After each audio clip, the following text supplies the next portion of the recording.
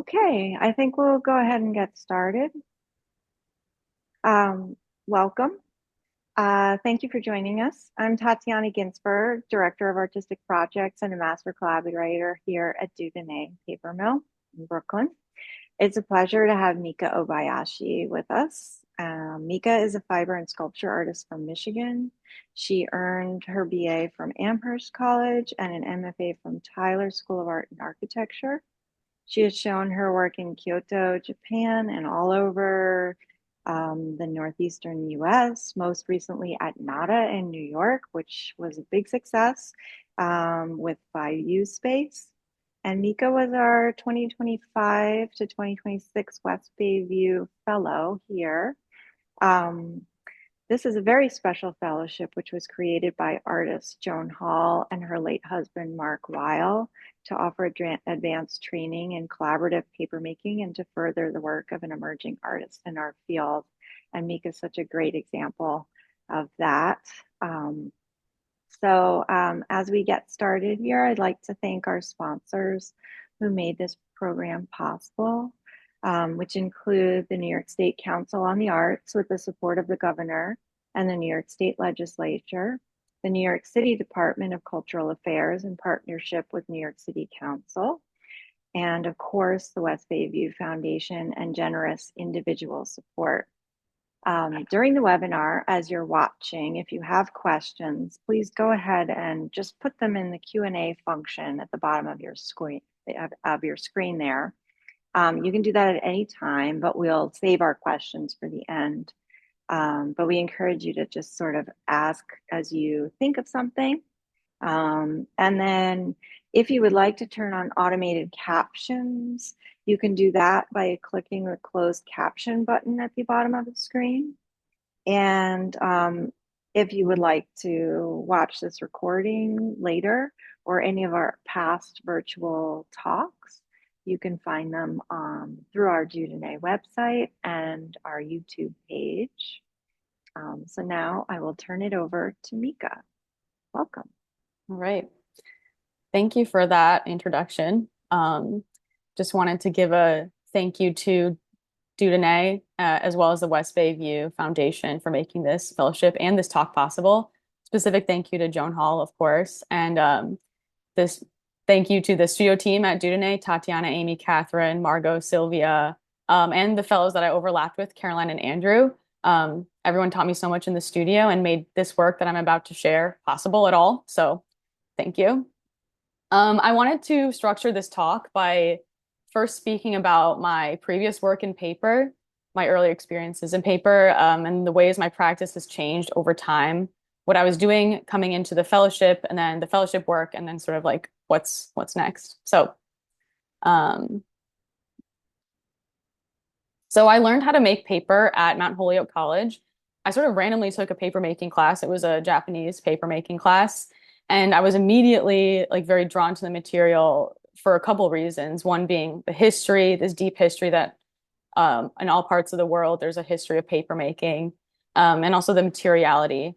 I was interested in this sort of like how this ubiquitous and banal material that is usually the substrate for other art acts like painting or drawing. Actually, this is the art material, like making the paper is the art.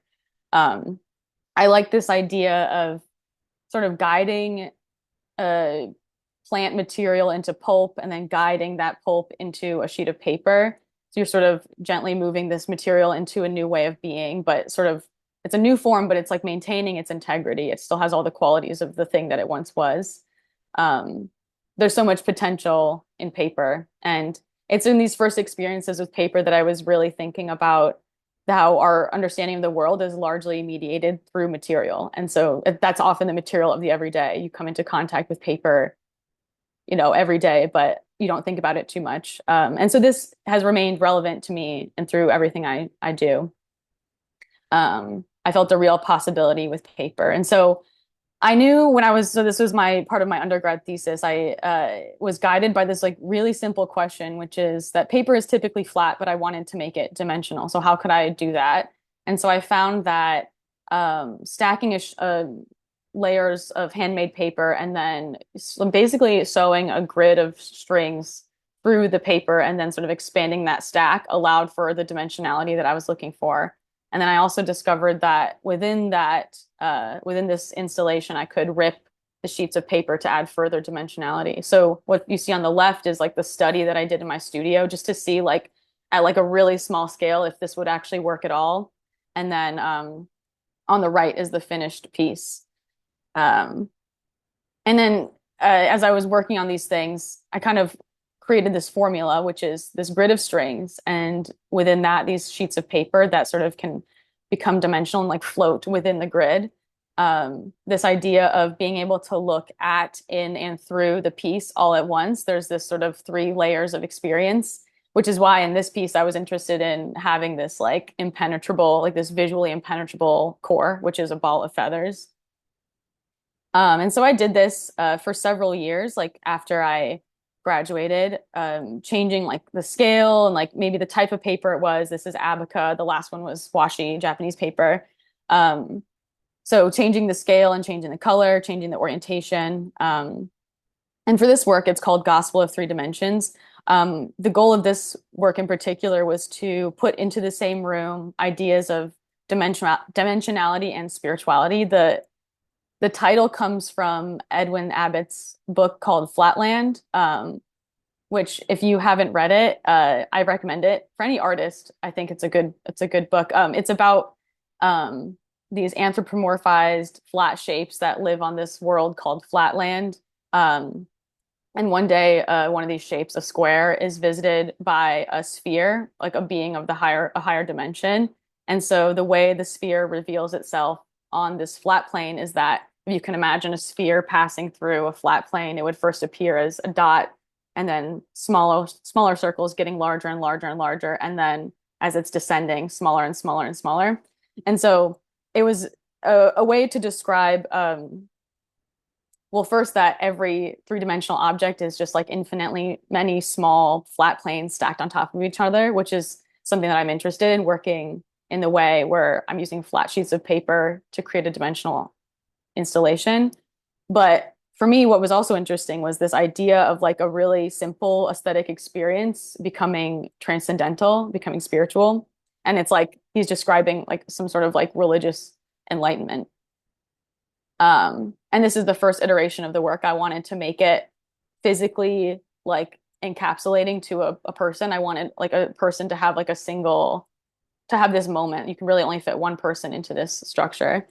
So after I made this work, I was kind of feeling like, well, I really know how to do this. This is like what I do, and I can do it really well. But it felt like there was like less to discover as I was working. Like I kind of could envision what the end would be like before I even started. And so I wanted to feel like maybe that I always want to feel like I'm learning something from things that I make. I want the things that I make to teach me something. So I didn't want things that I didn't want to approach something knowing exactly the end. So with that, I kind of made a left turn and decided that I wanted to go to grad school to sort of intentionally not work the way that I was working. And part of this was that the school that I was going to did not have a paper studio, but I was interested in this sort of experiment for myself. Like if I took away the ingredients that I was familiar with, like this formula of working and also the materials, the paper and string, what would I do? Like I didn't even really have any idea. I had no preconceived like expectations for myself other than being open to possibility and chance and like wanting the experience to wash over me and change me. So this is one of the pieces that I made while I was in school, and I was like drawn to found objects like pretty immediately, or even just like objects of the everyday, like looking at things around me with this eye of like potential that everything is like an artwork waiting to be discovered or an art object waiting to be discovered. This is a grandfather clock. The main structure of it is a grandfather clock that someone had dumped outside of the school. And I feel like in all of these works that I'll show, I'm applying the same ethos that I have towards paper making, which is that you can take something and guide it to a new state of being. You can like collaborate with it to utterly transform it, but maintaining its integrity. And that's something I think I've kept throughout all of all of these works that I did in grad school. And like all these found objects, they still carry their reference and their history. And I'm not interested in like totally diminishing or getting rid of those things, but could highlight certain things and toning down others. And working this way, it was like not knowing what I was going to make was the first step, which is like kind of scary sometimes. Like thinking about, oh, a show coming up or a critique I have, I wasn't actually sure what I was going to make because it really did depend on what I found or what was even striking in the moment. So, for example, like I'm unfortunately like I really do like eating hot Cheetos, and so I just had them in the studio, and then they became an artwork, which is this is called core sample, and it's hot Cheetos, dirt, and concrete. Um, and especially at this time, I was thinking about like how the best artwork that I ever made was when I was a child.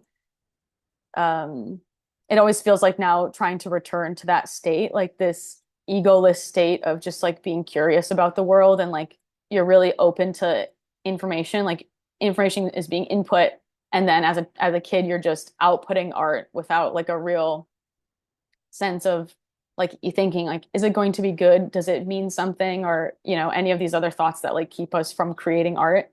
Um, and I think that's a state that I always try to return to because it's an output of art without this sort of one-to-one translation of information. It's like input information and it's somehow transformed beyond words to become an artwork. These are stuffed animals that I thrifted whose like stuff like the polyfill, the soul is like leaving their body.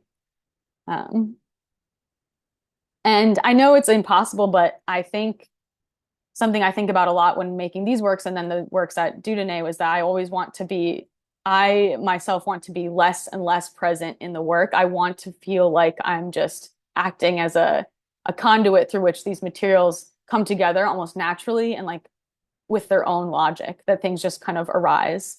So, um, sometimes I often don't set out to make a work that's like overtly about something. It's more just like it has to be exactly what it is. Like the meaning arises in that collaborative process of me interacting with the object or interacting with the material.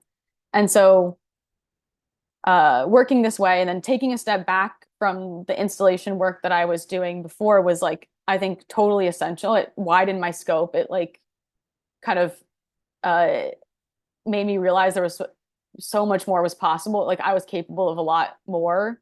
Um, and so I was ready to come back to paper in a new way. I had applied to the fellowship, uh, finished grad school and applied to the fellowship and was about to start it. And I was ready to come discover paper, I think, anew, like bringing what I had learned in grad school and working with other materials back into the medium that I was already sort of familiar with.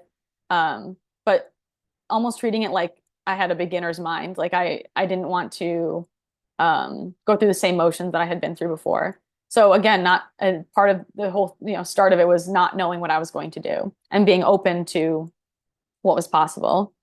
Um, so the great thing about the West Bay View Fellowship is that a big part of the fellowship is working with artists to create their own work in paper. And sometimes these artists don't have experience in paper making. So what they bring is their ideas and maybe their palette or their concept.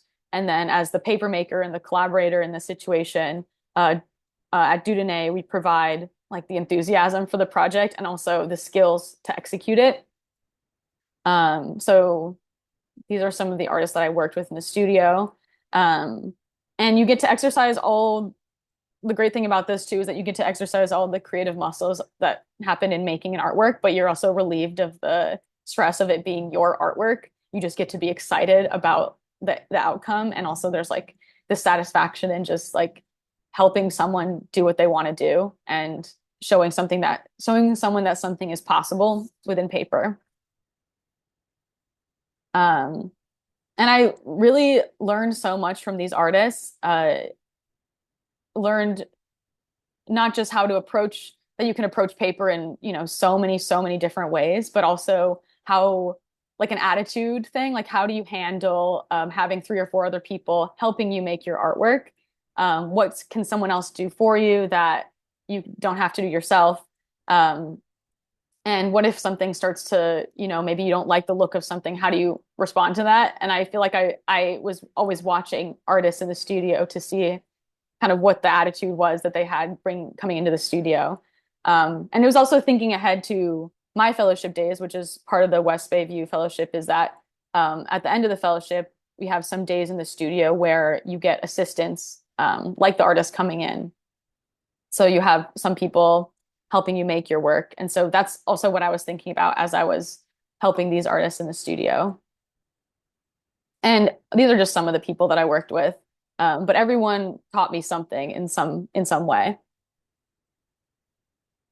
And so as I'm like learning, oh, here's a picture of us cooching a sheet. Um, so as I'm witnessing these new techniques and getting this information, I'm also kind of like stewing on my own interests and kind of thinking about what I want to make. And I was really thinking about this trip that I had made to LA and to the Museum of Jurassic Technology, which I can't even like explain it here. You'll have to go to actually understand it. But in short, it's a series of art exhibitions dedicated to history and science, kind of fronting as a museum. And some of it's real, but most of it's not. Like it's not true. It's kind of fabricated, but it's all presented as factual. And despite this, it all still feels like it's in service of like this greater truth. And it was like an incredibly effective exhibit in allowing people to indulge in curiosity and wonder and still be very like intellectual and fascinating, truly fascinating. At the same time, I'm reading this book on diagrams, and I think it stemmed from that trip to the Museum of Jurassic Technology because the question that I feel like the museum is trying to answer, and the question I have when I'm looking at these diagrams is kind of like how is knowledge given? What shape does knowledge take? And like the aesthetics of knowledge in general. And so from this book, I'm kind of, oh, these are a lot of plates from a French encyclopedia written in like the 1750s by Diderot. And or it was meant to sort of encapsulate all of human knowledge at the time. So these are just some of the images of diagrams. Um, really interested in the idea of like the simple purpose of the diagram, which is to simplify and convey in this visual form on usually a flat surface, like an abstract concept. And in doing that, they're not just like a representation of the thing. For example, the middle diagram here is like a military diagram.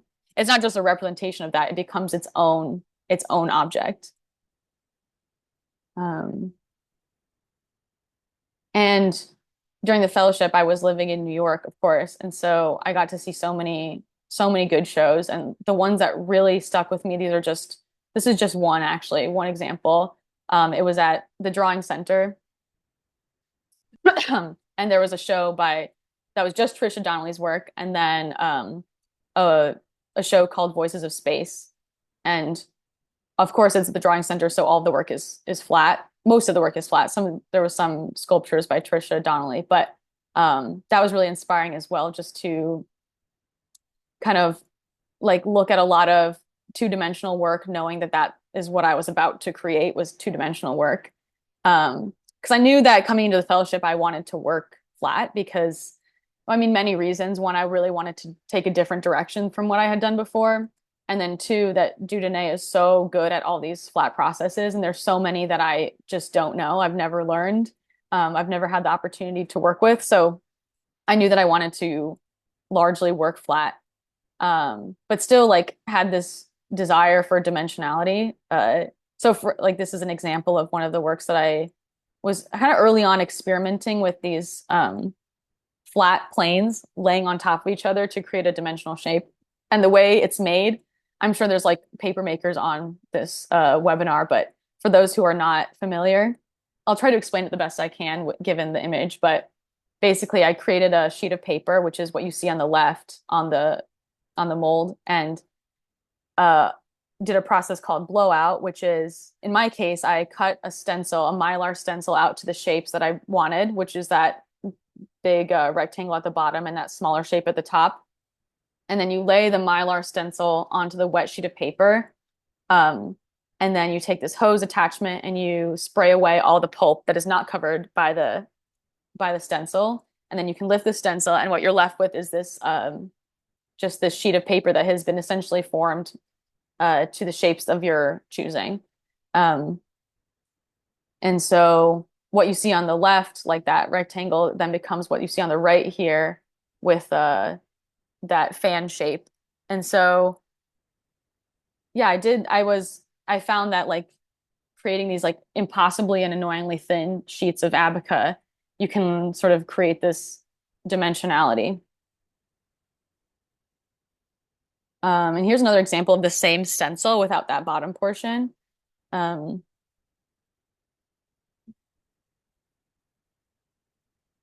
and early on, when I was like doing these thin blowouts, I was like thinking of different ways to apply them. Um, the theme of birds has always been present in what I do. Even as I was putting this together, I was like looking at the sculptures that I made in the past, and there's at least three that are like directly bird related, like that feather, for example. It's like I almost didn't even realize it until I put it all together. But I'm always interested in like what the overt symbolism of birds that we all kind of have, which is like the sort of basic like flight and freedom and just a general symbol in nature. Also, like the sort of cinematic tropes of birds, where, like, for example, like when in a movie, when something is like about to go wrong, like you'll see all the birds like leave, they'll like fly away, like a huge flock of birds is leaving, and that is like to indicate something is about to happen. Um, Basically like a canary in a coal mine, in the coal mine type of thing, like the albatross as another symbol. There's this like their birds are like almost like a sensitive meter for reading the environment in a way. Um, and oftentimes acting as like a unit, like a general unit. And then reminding me of like if you've ever seen those videos of murmurations of birds where they're all acting as one unit, as one organism. Um, So I'm always thinking about birds, I guess. And so for some reason, the topic or the Alfred Hitchcock's The Birds came up or occurred to me at one point. I had seen it as a kid and I hadn't seen it since, but there's this like one particular scene that always stands out, which is when the main character is in the house and she's being attacked by all the seagulls and they're all like descending upon her. And that I almost kind of created that imagery, but then I kind of decided to sort of bring it somewhere else, which is that I wanted like a implosion of birds to happen. But then at the same time have this sort of explosion of light, like rays of light. Uh, so this is the reference image that I was using as I was thinking about that movie. And then on the right is working on the stencil, which is just this mylar. So there's two different, well, it's multiple pieces, but it's basically two different stencils, like the birds as the base stencil, and then these other triangles that are the acting as the rays of light. And so this is what they ended up looking like in on the left, it's all abaca, and on the right, it's abaca, and then the blowout layers are linen. And it was pointed out to me that then because it's like so abstracted and now in paper, it looks sort of like an image that you might see of like a biblically accurate angel, which I like. Sort of, yeah. But I like this idea of it imploding, like coming to the center and then like exploding. And um this is another iteration of the same stencil, and I wanted to show it because I think it's kind of cool to like you can use stencils in different ways. It doesn't always have to be the same every time. This is a cotton sheet that I pulled, and then I laid the bird stencil onto the sheet while it was still wet, and then did the process of the blowout, which I explained earlier. But instead of blowing out all the pulp off of the image, I just wanted to articulate the wings and the shape of the birds. And so it's not fully blown out. But something that happens with cotton is that when you're sometimes blowing out cotton, it can knock the pigment off the pulp, which happens on accident sometimes. But in this case, it was something I wanted to happen on purpose. So I was taking care to kind of try to create this like wavy or cloudiness with the white pulp. Um, And then this is the back, which is it's a very, very thin sheet of linen. And I think I actually, now that I think about it, I created the work backwards, which is to say I did the blowout first and then laid it down, and then this was the top. So this is what I saw when I was finished with the work because I had to go in that order. Um, oh, and it's metal dried for those interested. I dried it against metal because I knew that that black cotton would be so just kind of matte and boring because it's just sort of a big shape. So I metal dried it in order to add some sort of intrigue or texture. And so, which means that drying this sheet of paper, I pressed it against a stainless steel metal so that it created these like air pockets and texture that you see. And it's also really smooth. It's like really nice to touch.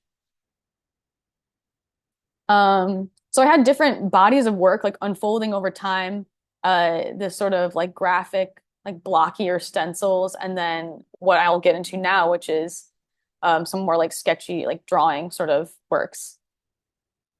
But there's always like this eye towards diagrams and like flight and weightlessness and space. Um, so this is a work that I did early on that I didn't even consider it a work at the time. I just made it and then put it away. But, you know, looking back on it, it was like a really pivotal moment. Uh, I I've always, especially in grad school, I was always really yearning for a drawing practice that could work sort of parallel to my sculptural practice because I witness other artists doing that and I'm like, that's so great. That's so cool that you've really filled out the edges of your like artistic universe.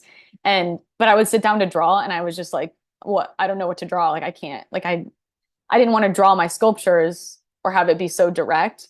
Um, but coming to Dieu Donné and working in paper, I arrived at a form of drawing that I think I would not have arrived at had it not been through paper. So the type of I guess the way of mark making that I really utilized aside from like stencils and blowouts was dipping string into pulp paint and then laying it down on a sheet of paper and then picking it back up. So pulp paint, for those who aren't familiar, is just at Dieu Donné in any case, it's finely beaten linen pulp that acts has the same consistency as paint, but is still just paper. It's just pulp and oftentimes pigmented. Um, so I had a lot of different weights of string to get different quality of lines. I had a lot of different weights of the pulp paint, like watered down or very condensed pulp paint to create different kinds of lines. Um, and again, yeah, I don't know if I would have ever come to this imagery had it not been through paper. And I think there's something about it being kind of sculptural. And it's funny, I'm like, you know, looking at my work and realizing like string has been just as important as paper in that realm. So it makes sense that of course I would use string to like make my imagery. Um, and in making these lines, there's this like so it could, you know, hold the string, like dip it in pulp paint and then hold it taut and then like place it down on the paper and lift it up to create a straight line, like you see in this image. Or I could kind of just let it fall and just it would create some random, you know, random loops and knots and such. And so there's a level of chance and unpredictability that these compositions develop in a way that I can lay down the marks that I like, you know, I really know I want a straight line under that fan, for example.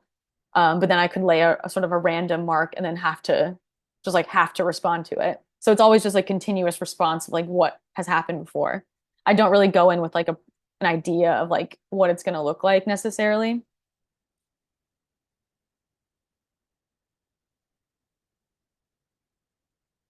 Um, and in diagrams and like in general, I think like lines are just a very basic form of language. A dotted line, for example, is sort of representative of something that's not there or something that was there or something that will be there. And I think like color and the thickness of the line, all of these things have to do with the information that the line can give. So I was thinking about that a lot, definitely as I was making these works that were like mainly having to do with lines. Oh, this fan motif that you see a lot was my way of like sort of abstracting time and like segmenting it into colors and then putting it into the piece as if it's just sort of like a little, I don't know, a unit that I can just add. And it kind of ends up looking like a scientific meter or like a pie chart or some amount of information is there. Um, I became really interested in how the visual language of the microscopic, like something really tiny or something really large, uh, they use the same visual language. So like a planet orbit, like a dot on a line could be a planet orbiting, or it could be a tiny particle moving through space. And here's a detail of that work. Uh, I was again doing those really thin blowouts with Abaca to create that base plane that you see. And then these planes sort of became the stage on which something happens. So that was like the first thing to happen. So it'd be like the base sheet color, which is sort of this beige gray, and then that Abaca blowout, and then all the lines.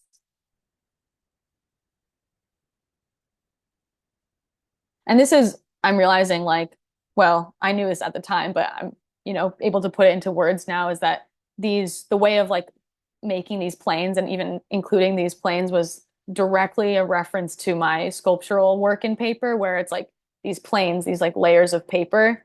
Um, so I think it was a way to like call back to that or to insinuate some kind of dimensionality. For these in particular, the ones that are vertical, the way that I created the image was imagining that gravity was a force downwards. So, for example, like on the left, you can see this line and then this like light at the bottom. And there's like things sort of like standing on the ground. So gravity is a force downwards, but then between those planes, there's this like force of magnetism that can interrupt that gravity. And that's just how I decided. That's just how I was imagining the work could take shape. Um, so this is the same thing in a way, but a horizontal version. I was so thinking the gravity is pulling down and then also pulling up. So I would like flip this canvas or like flip this sheet as I was like working on it to imagine like, okay, this is the plane and this is where gravity's coming, and then flip it and do the same thing. So there's this kind of like interplay between the two. Um, and another big part of the visual language that I was working with was these glowing marks. So these halos around, sometimes halo around the line or halo around these dots, like you can see it on the right. Um, so what I would do is just use a thinned out pulp paint to create the halo and then a more condensed pulp paint at the center, usually just the same color. And another thing I was really relying on too was the thickness of the Abaca sheet. A lot of these are pretty thick. And so what happens in the drying process is that you get the rippling at the center, but also especially the rippling at the edge, which is something I really liked seeing. It felt like distinctly paper. It felt like this is handmade paper. It's an object just as much as it is an image. And here's just further examples of sort of the same thing. I did like also the single plane, the double plane, and this is like what I would call the book plane or books, uh, thinking about gravity still. Um, and I made so many of these works, and it didn't even feel like I was making that many at the time. It just felt like I was never getting it quite right. So I was always it just like motivated me to work further, which is interesting because I feel like in sculpture I kind of do it's like one and done, but with the flat works it just feels like I'm never quite right. And that's probably the point is that there's building out a body of work, just like motivated to keep going. And I did some experimentation with the base sheet color using the same like kind of visual language that I was using on the sort of brown and beige base sheets. In terms of like microscopic versus macroscopic, I think a lot of that has to do with the background color. And so I was sort of curious about the overall impact would be if it was just not on a sort of black or white. Yeah, so here is another example a sort of a different, maybe, related, it's all the same to me, but like a branch of my work that was mainly just dots on a sheet of paper. So uh, again, this is kind of having to do with the sense of a background color, the sense of like void and space that you get on the right. Um, and here, the way that I did these was that here on the left is a picture of Andrew using one of my stencils to, he's taking the hose attachment and then blowing out the pulp from those holes. So the rest of the sheet is protected. It's just those holes that will remain, which you see on the right here. And in these holes, I would drop like just an eyedropper of abaca. And because it's all still wet, it'll all form together. It's not going to like fall out later. So even on the right, like the very far right of this image on the right, you can see where I've started to add the abaca to the sheet.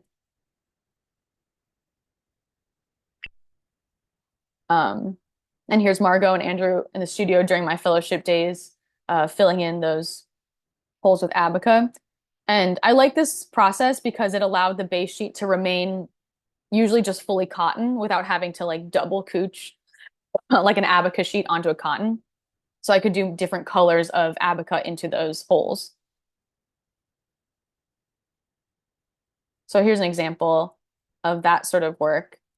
And I wanted to point out a detail, which is like the holes that are blown out and added and abaca's added versus the holes that are, or sorry, the dots that are just pulp paint laying on the sheet. So I'm not sure you can see my mouse, but where those vertical lines are happening, or sorry, no, the vertical lines are happening. There's these small dots on the line. That's all pulp paint. So you can see it kind of like rests on the sheet, and you can tell it's like pulp paint versus these abaca dots that are just like they go all the way through the sheet and they're like one with the sheet. I think some of the work, it definitely there's like the microscopic and the macroscopic, like I've talked about, and I'm always interested in kind of hitting right at the middle where like maybe you look at one part of it and it looks infinitely tiny, and then you look at another part and it looks infinitely large, or there's just like a confusion of the sense of scale. I think this is one that kind of lands, it's like hard to tell for me where it lands. Um, and as I was in the fellowship, I felt like image making is kind of new to me, but unless I felt this anxiety of feeling like, well, I have to like add and add techniques and like layers, and there has to be more and more and more for it to be effective or be intriguing. But as I was working, I think kind of came to the realization that some of these things work well because they're so simple. Um, and it was sort of at the end that I kind of came to terms with that. You don't have to always like layer and layer things and techniques for it to be powerful and effective. Um, One example of something that was just like so simple and so beautiful to me was like so I created this sheet of paper and then added just like a eyedropper full of maybe a turkey baster or something full of pulp paint on that left corner there. And as the pulp paint, so it's like water, so it's sitting on top of the sheet, but then it kind of sinks in. But what you can do and what I did for this one was like just interrupted that water tension and let some of the pulp like escape from the side. And it's almost nothing, but it's kind of that's the whole work. Um, and then this last image here that I'll show uh, is a very simple blowout, extremely simple blowout, just blowing out that center beam and then added linen pulp paint and called it a day. Um, and like I said, it's almost nothing, but it's really like that's everything. Like doing that one thing was everything. Um, so now that I've ended the fellowship, I feel like it almost feels like I really just scratched the surface of what is possible. And especially for me, like I didn't really have a sense of color coming into this. This was big for me. I think of something I wanted to mention was like I had no really a limited understanding of color relationships, and I still kind of do, but um because all my work previously was like it was either like one color, it was like blue or red, or then the sculptures were like it's the color that it comes, like it's the color of the found object. So having to sort of having infinite choice with color was actually like very hard. So at first I wasn't really sure where to land. And so I ended up doing these pretty subdued color relations. But I think I want to expand that. Um, but with paper, in general, the more you know, the more you know about the process, the more it opens up. It's just endlessly opening up, and there's like so much to make. And like I said, I'll never get it right, so to speak. But that's sort of the point, just like to keep pushing and to fill out the edges of the universe. Yep. Thank you. Thank you, Mika. That was a great presentation. It's so nice to see the body of work that you created at Dieu Donné and context of the work that you have been making for years. So that was really fun. Just as a reminder, everyone, if you have questions, please feel free to type them into the Q&A function that's at the bottom of your screen. So you can add that in now and we can take some of those.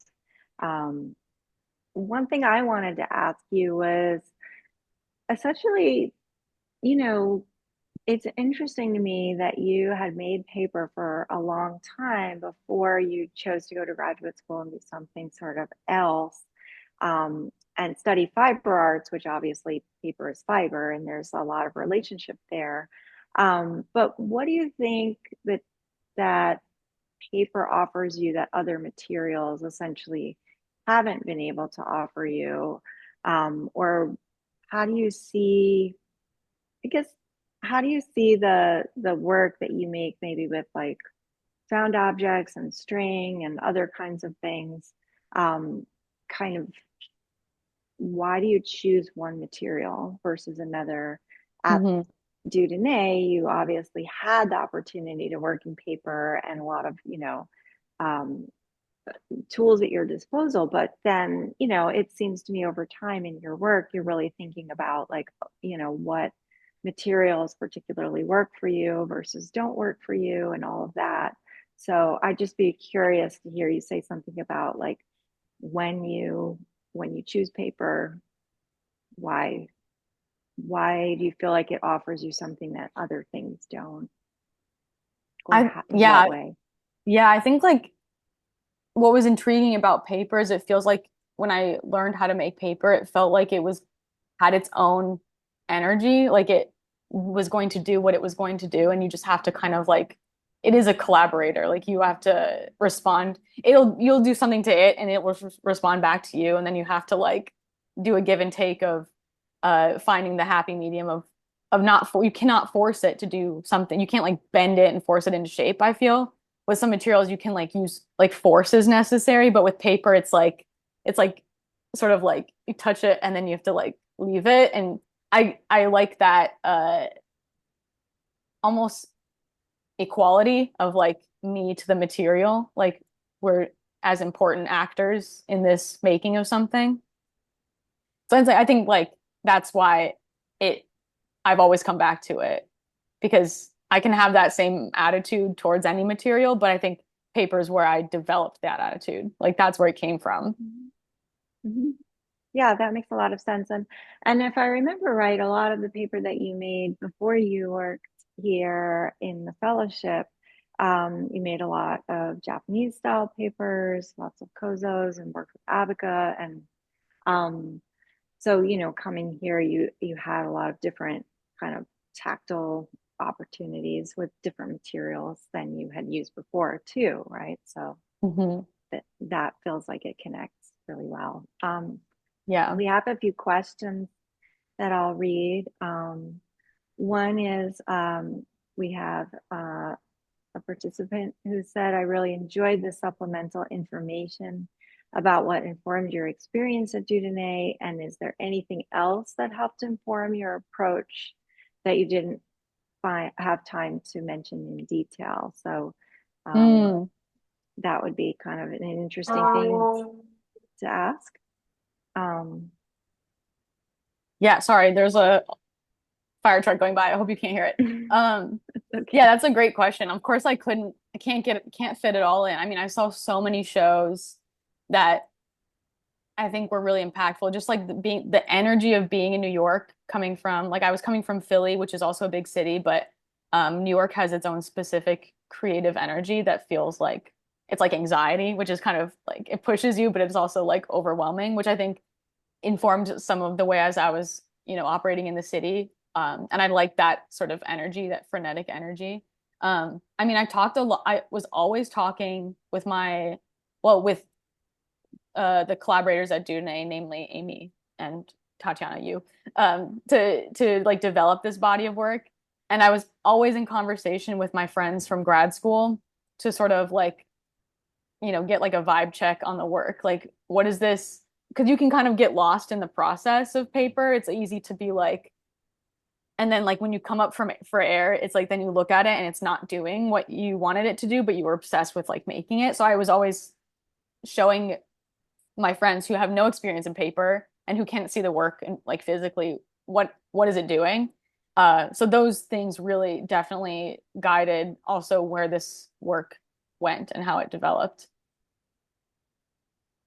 Yeah, I think that that makes a lot of sense. And I think you were very good about that and sort of steady in your process, coming in all the time and testing things and kind of like just, continuing to see, how does this work develop? And I think showing it to people outside of the studio is always a good idea too. Hmm. Um, See what kinds of things people respond to more. We have a question from Sage, who says, beautiful work. I'm curious if you can talk a little bit about the process of cutting and creating the Mylar stencils. It seems like some of the stencils were intricate and Mylar seems difficult to cut and handle in that Hmm. precise way. Is laser cutting of Mylar part of the process? Um, and then also she asks, she's curious how many of the works um, made in the fellowship, if any, were additions, or are they all unique?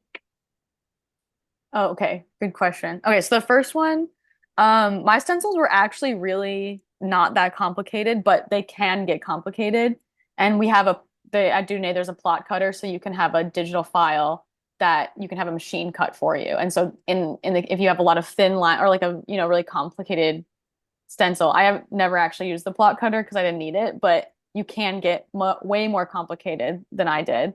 Um, and I think I just cut everything by hand because I wanted it. I was like too impatient with like putting it into a file, and I was just wanted it to be physical. Um, and Even then all your little circles and stuff, you just oh wait, punched yeah, them the that way? circles. Okay, the circles were used with the punch. I did the punch that we have in the studio, just like basically like a little circle, then you kind of hammer it. That was a little tedious, but it was just circles, so it was like a pre-cut sort of way of doing it with a punch. So yeah, and actually, like even in this detail of one, I what I would do was if I wanted a lot of dots, I would just use the same stencil but move it. Like I would put the stencil down, do the blowout, take the stencil off, just move it in a way, and then layer and maybe do it 3 times. Then it just like builds up all these dots. So I didn't have to have like 10 stencils with like 100 dots, 50 dots, 25 dots. It was like I could just like add layers. Um, so that was definitely, I forgot that I did that. But yeah, that was a big part of doing the dots. And then the question about additions, I I don't really know how this works. If I have a work, for example, that, it's like kind of two of the same, like this one, I guess. That's I don't know. Um, or the bird one. Sorry, I don't want to flip too fast. Oh wait.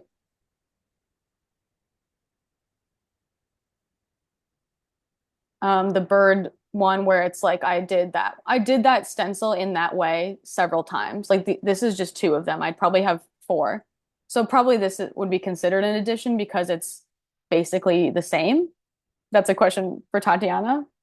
It's basically Well, the I same. mean, it doesn't have to be. I guess it's up to you. It depends on how much you consider them really unique works. It could be a variable addition. That's what we do a lot here, small variable addition. But that doesn't, in a sense, I think your work kind of walks the line between what's an addition to piece and what is a unique work in a nice way, because you're never really repeating something exactly. So it's kind of, I think it's up to the artist to choose how they view it as well. So that's, Yeah. yeah. That's something I'll think about because it didn't occur to me like I'm gonna make an addition when I was making them. I was just like, I hope this works one time. I'm gonna do it 8 times. And then maybe 4 of them actually work. So Right, right. Because there's also the element of, what's going to be a successful piece and, changing each variable. I remember this one in particular had a lot of complexity and yeah. stencil. So, just figuring out those little things. Yeah, exactly. Anne Marie asks if you see a potential for combining the installation thread work with your current body of work. And she says, I wonder how you think about the relationship between the 2D, more recent work with the installation or sculptural dimensions. Yeah, now that the fellowship is over, I've been thinking about the display of these works and how that they could end up being slightly sculptural. So it is something I'm thinking about, less maybe like in terms of like the installation work in a very overt way, but just like how could this maybe like exist as like like a 2D or a 2.5D work that is like slightly sculptural, has like sculptural elements, and like string is like always part of like what I do, so it's probably going to find its way in there. Um, I think that's kind of actually what I'm like working on right now. So it's like I can't give a real answer other than I am thinking about it. And um, I like these works as they are two-dimensional, but I think there's a chance that, something could happen.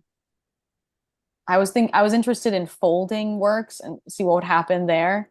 But it's also kind of scary because you can't really unfold a piece of paper.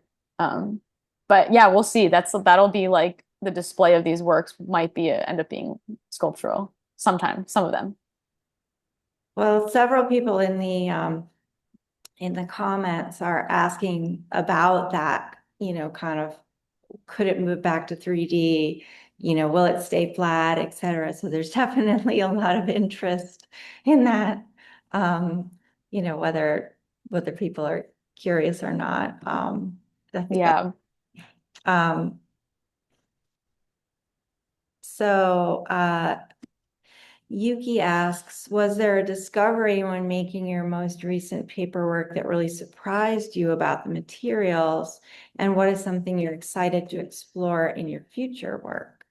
Mm, yeah, I guess there's always a surprise and sometimes it's good and sometimes it's bad. Or sometimes it's not so good or you have to like work around it. Like for even, I mean, since we're at this slide, like these kind of came towards the end of my fellowship and I had been like battling them for a while. They just did not work and I just could not figure out why. Um, and I think there's some, general rules when you're working with paper, like, okay, like if you're doing a blowout, you might want to approach it this way, make sure everything's wet, like the base sheet is wet, and you want to not leave the sheet on the mold for too long. All these like general rules that you follow them in, I followed them to my, in this, with this work, but then I'm realizing like, oh, because it's a very particular, specific way that I'm making the work, I have to change the rules a little bit. And so it's not going to be necessarily how I learned it. It's going to be a little different. So making those like slight adjustments every time um, I'm making a work, even though I sort of think I know the process, it's like you think and then there's like a curveball thrown in. So there's always something that can happen, which is also like the beauty of it. Like you don't know exactly what it's going to look like always, or something could happen in the drawing. Like process that might be surprising.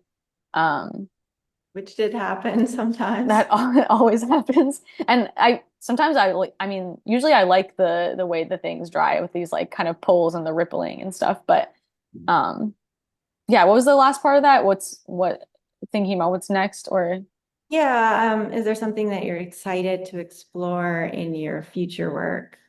Yeah, I mean, I want to make, there's so many things I want to make. I ended on that very simple like beam of light work because I think now I would like to revisit those things that are sort of just like one action and then just like knowing when to back off because I feel like I have the confidence to do it. Maybe before I was like, well, I gotta, do this and this to add to it. But now I think I'd be excited to just do things that are even more minimal, just knowing that they can carry weight still. So I think that's the direction I'd probably go in.